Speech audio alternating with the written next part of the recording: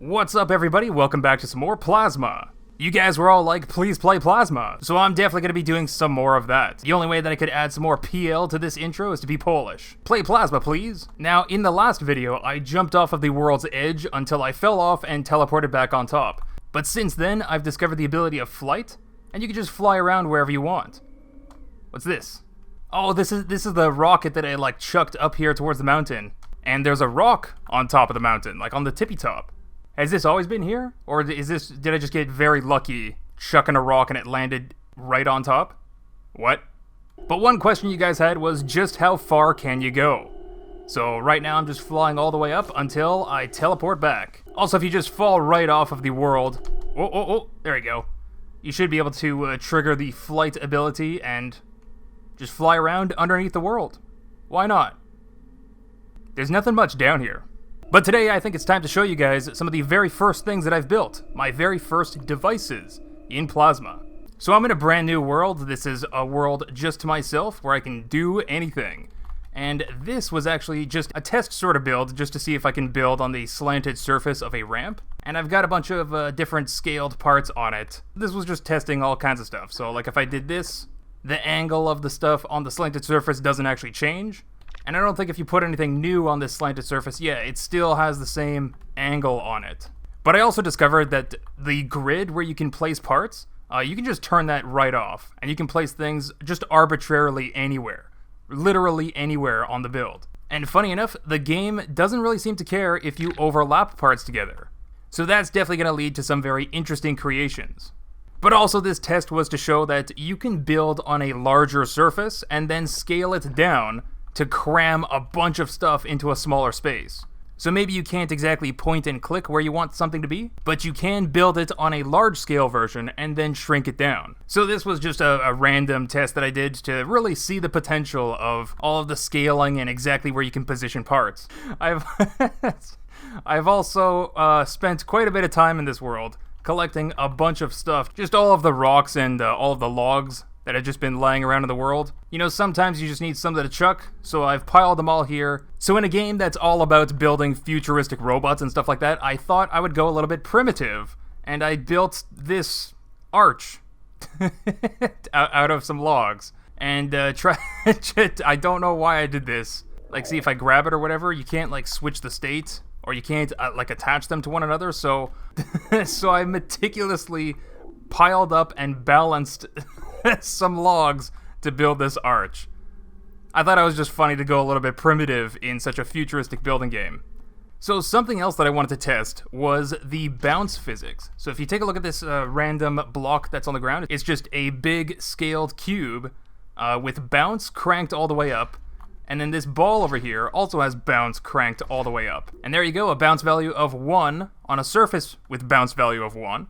It bounces quite a lot. It just keeps on bouncing and bouncing. I like playing around with the physics and seeing just what's possible, just to get an idea of like what exactly you can build. So I went ahead and I also built this. This is a room made out of some of the structure parts, so you can just build, take some of this, block it with this, and I also have a window in the front so that I can sort of see what's happening on the inside. And on the inside over there, I have 2 spheres. They have 0 friction and full bounce. I also made sure to give the room full bounce and 0 friction as well. So if you just go ahead and switch the states of these, there you go, just like that, you'll have a bunch of bouncing balls in a room. Just a couple of balls bouncing in a room.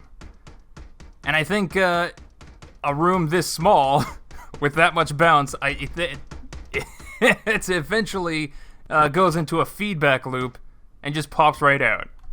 Whoops, that's a little bit too much bounce. Or maybe it's because of the 0 friction, I don't know. I also have a couple of big block balls over here, just because, I had to put some wood in between them, because if they touch each other, they just sort of like go crazy. You know what, let me just go ahead and show you. So like, because they have 0 friction, they just slide around without even rolling. And it's kind of a big deal, like you can lose them pretty quick. And they don't really stop either, they just keep on sliding around. So 0 friction and full bounce is a little bit of a dangerous thing to be playing around with. You get back over there. But hey, somebody could probably build a large pool table or like ice hockey thing or something. I don't know. So yeah, that's why I just sort of like placed them right here. with a bunch of wood in between just to make sure that they don't bounce around. And no other reason at all. So one of the very first things that I tried to build in Plasma was this sort of like floor with color changing tiles based on your position. And right now it's not doing anything because it's sort of like in the build state. But I can go ahead and show you, this is one of them. This is one of the tiles right here. Maybe I can actually just show you on the inside. On the inside, there's a controller and a GPS tracker all on the inside of this giant LED. So like I explained earlier, you can sort of just like place things inside of each other and the game doesn't really complain too much. So I think that's a good thing. The entire concept of this floor tile is, let's go ahead and turn it on so that you can see. The floor tile is just going to be there, and the GPS tracker is tracking the player distance. So however far you are from the tile, it will change colors.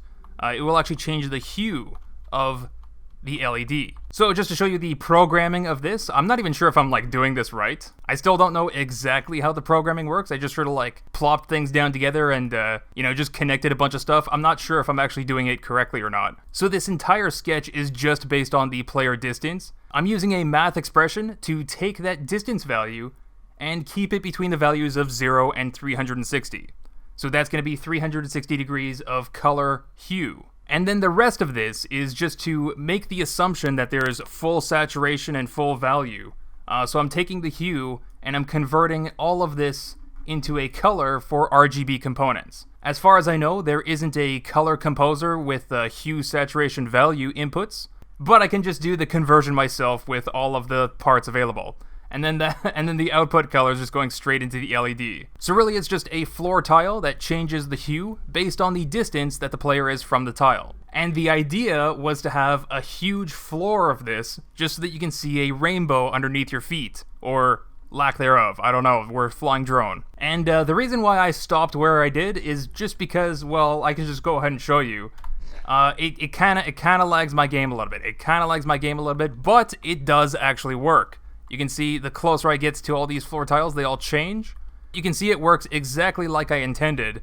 Every now and then there's like a tile that blips the wrong color. It's just a function that I made that changes HSV to RGB. That function has a little bit of like room for error, so that's those are those blips that you see. But for the most part, it's working exactly like I intended. But either way, I think doing like a little module like this and copy pasting it hundreds of times is a bad idea, and there's probably a much better way of doing it. So I think I'm going to be coming back to this idea in the future, and instead just use one GPS tracker, and then doing a little bit of math to change the color of each individual LED. So that way there's not hundreds of GPS trackers. There's definitely a smarter way of doing this. Kind of one of the most pointless things to build in a robot building game, but hey, I had fun. But more to the point of what this game is actually made for, I went ahead and I made something else. It's actually piled underneath these rocks. I piled a bunch of rocks on it just to keep it hidden for the time being. So let's go ahead, turn it on, and show you what it is.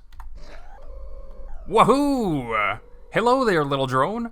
This is a drone that follows the player around. That's literally all that it does. It's made to hover above the ground and follow me wherever I go. So if I fly around over here, that drone will be following me. Come on, little drone buddy. Robots together on an adventure, let's go. So this was actually a lot simpler to set up. I have a directional indicator on the top just to compare the direction of where the drone is facing next to where's the GPS. And on the back I have my controller and GPS tracker, as well as a bunch of sensors on the bottom. So this was actually a little bit simpler to set up. From the GPS tracker, I'm getting the distance to the player and the direction that the player needs to be in. And the directional indicator can have a target direction. And that can output the current direction, the target reached, or the difference between its current direction and the target direction. And that's what I'm using to feed straight into the drone's yaw controls. So it's always going to be pointing towards the correct direction. You can take the player distance, which is just a number, and you can feed it into a range tester. So you can see 2.44 is below the lower limit that's set, and so then it's going to be outputting this output labeled below. And I think it's super useful that everything that you can program in these sketches, you can output just about anything in a different format. So over here you can see I'm taking in a number and I'm outputting different percentages.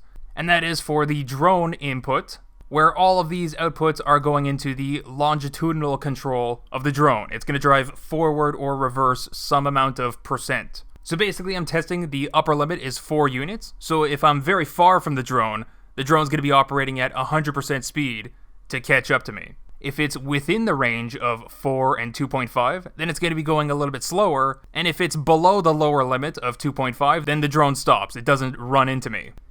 And that you can see right here, where within the distance limit, so it stopped. A little bit outside the distance limit, and it goes a little bit slower.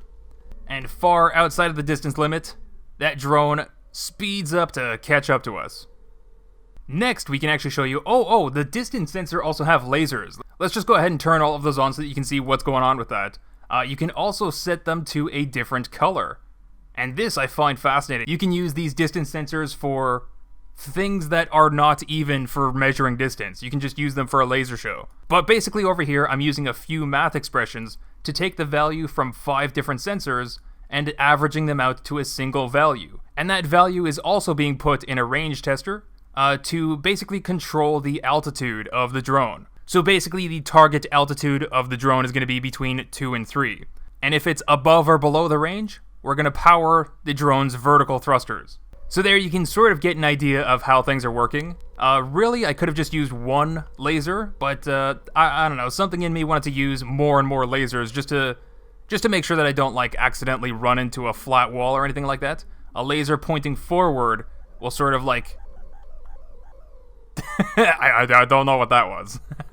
But a laser pointing forward ahead of the drone a little bit will sort of account for any like flat surfaces.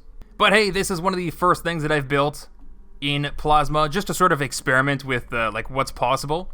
And similar to these color changing floor tiles, I think some of the first things that I'll probably take on is like a game that you can play based on your position. So you don't actually have to use like those joysticks and controllers that you saw in the previous video, but maybe you can play it a little bit more like a VR game where you just like physically have to move around to play the game. You know, maybe I should do that. Maybe I should take that Pong game and change the controls. Instead of to be a controller, I'll just use my player position. How's it going, bouncing ball? You still bouncing? Also, I didn't even realize that these balls, you can also change the mass of them too. And that affects the sound that they make. But if you go ahead and take another one of these, so we can go ahead and put it right on in here with the other one.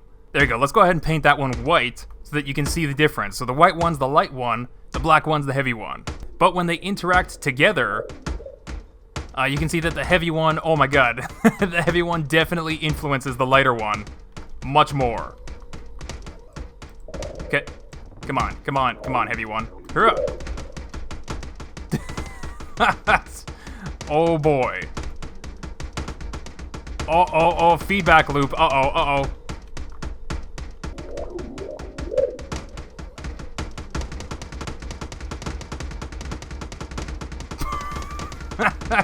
And we can also shrink down these balls quite a bit.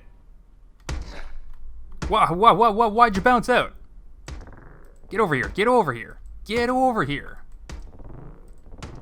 Ah, this is the worst. That's such a tiny thing to try to grab.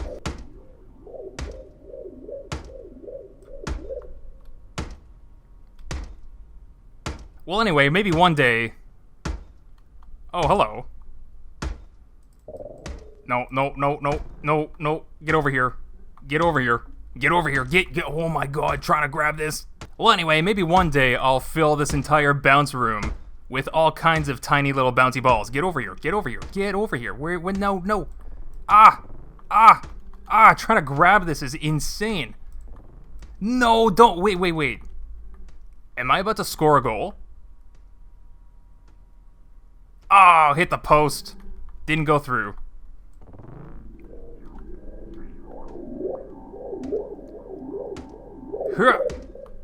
No, I just lost that. Oh, I'm such a dingus. It's actually much easier to just change the state. Well, no. And then you can just grab it. Well, anyway, it's really not that much to show. I don't know. There's definitely a lot more that you can do. Maybe this primitive building will be a trend in this game. Who knows? Primitive building for the win. Primitive building. Here we go. Oh, I toppled it. No, I gotta do it all over again. No.